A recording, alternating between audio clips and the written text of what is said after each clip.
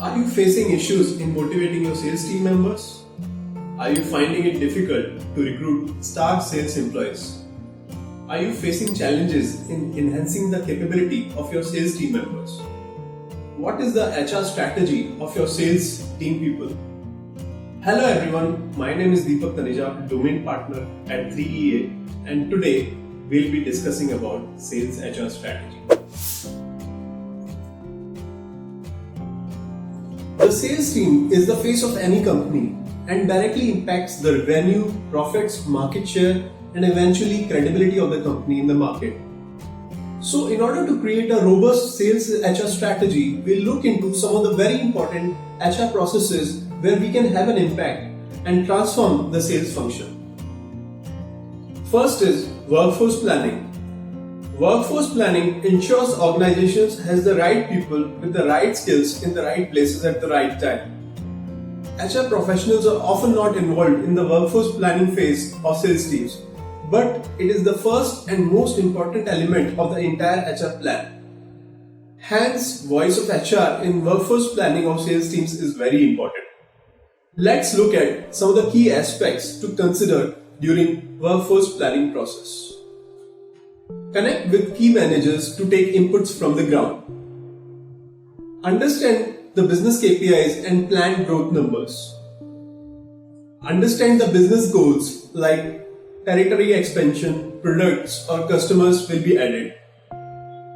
Identify if there is a need to increase the workforce.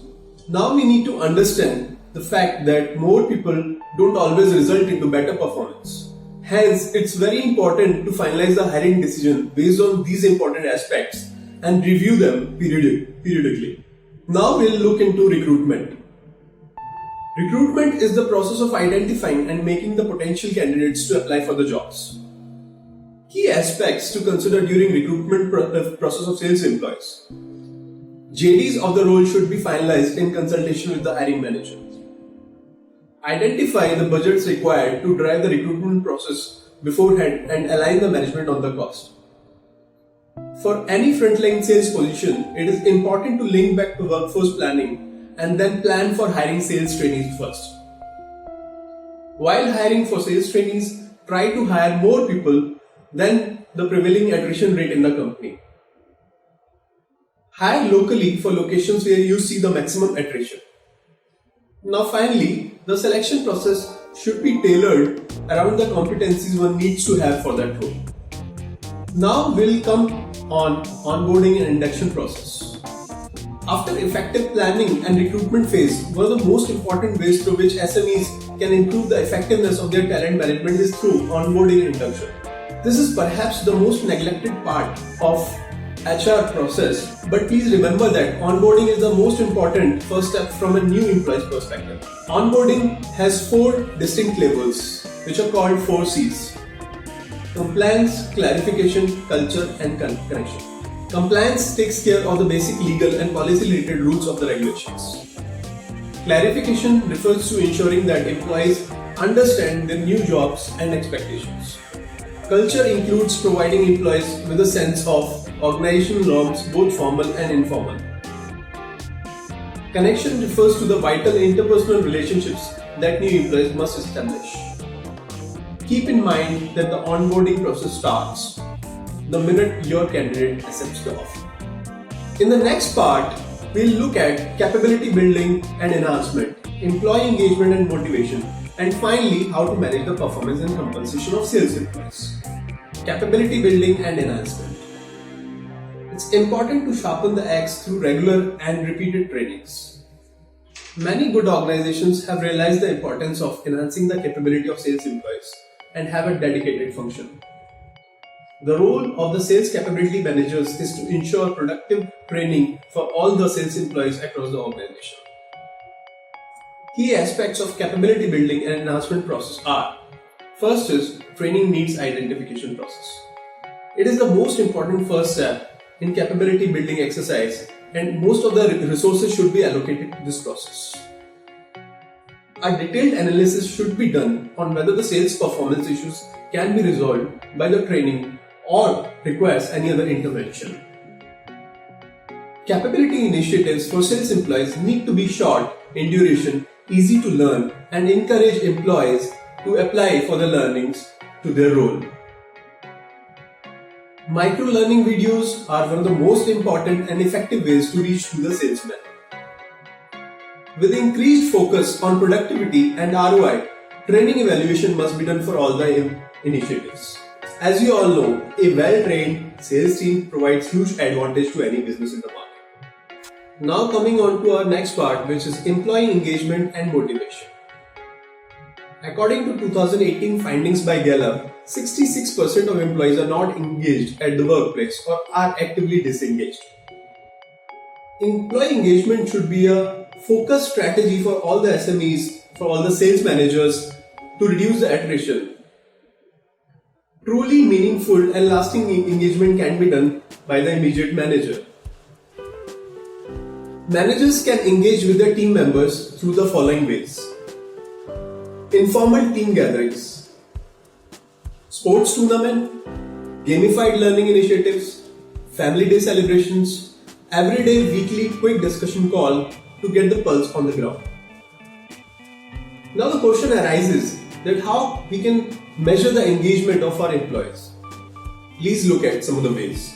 Employee engagement surveys.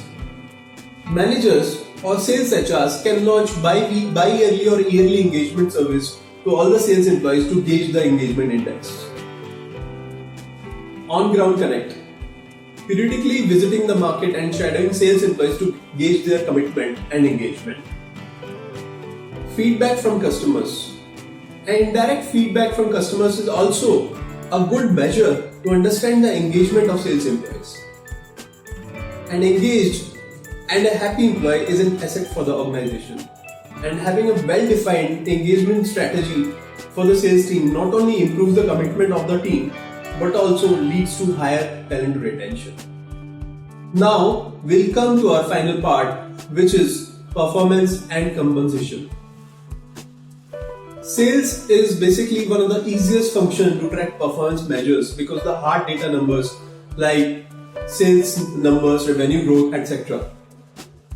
Here we'll focus on managing performance of frontline salesmen as well as supervisors or managers. Performance management for salesmen. It should be designed in such a way that it should be simple to explain and simple to understand by any salesman. Not more than 5 KPIs should be used for target setting, review, and performance appraisals. Performance feedback should be given to the salesman regularly. Incentives for salesmen should be able to drive performance and the main input and output KPIs, for example, revenue or volumes. Now we'll look at performance management for supervisors and managers.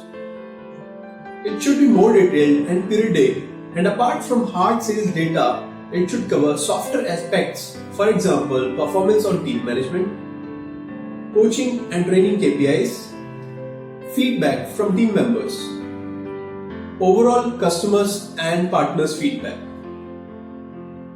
Now we'll discuss about compensation and incentive strategy for sales employees. A right compensation strategy is needed for sales team to attract, motivate and retain the right talent. Few things should be kept in mind while designing the compensation and incentives for sales employees. First is business and HR strategy. Ability of the company to pay basis product portfolio, pricing and volume, etc. External benchmarking with relevant companies. Internal benchmarking with other job functions, which is also called as job evaluation. Transparency, fairness and existing labor laws should be kept in mind. Matters related to compensation should always be kept confidential. Thank you so much for watching this video.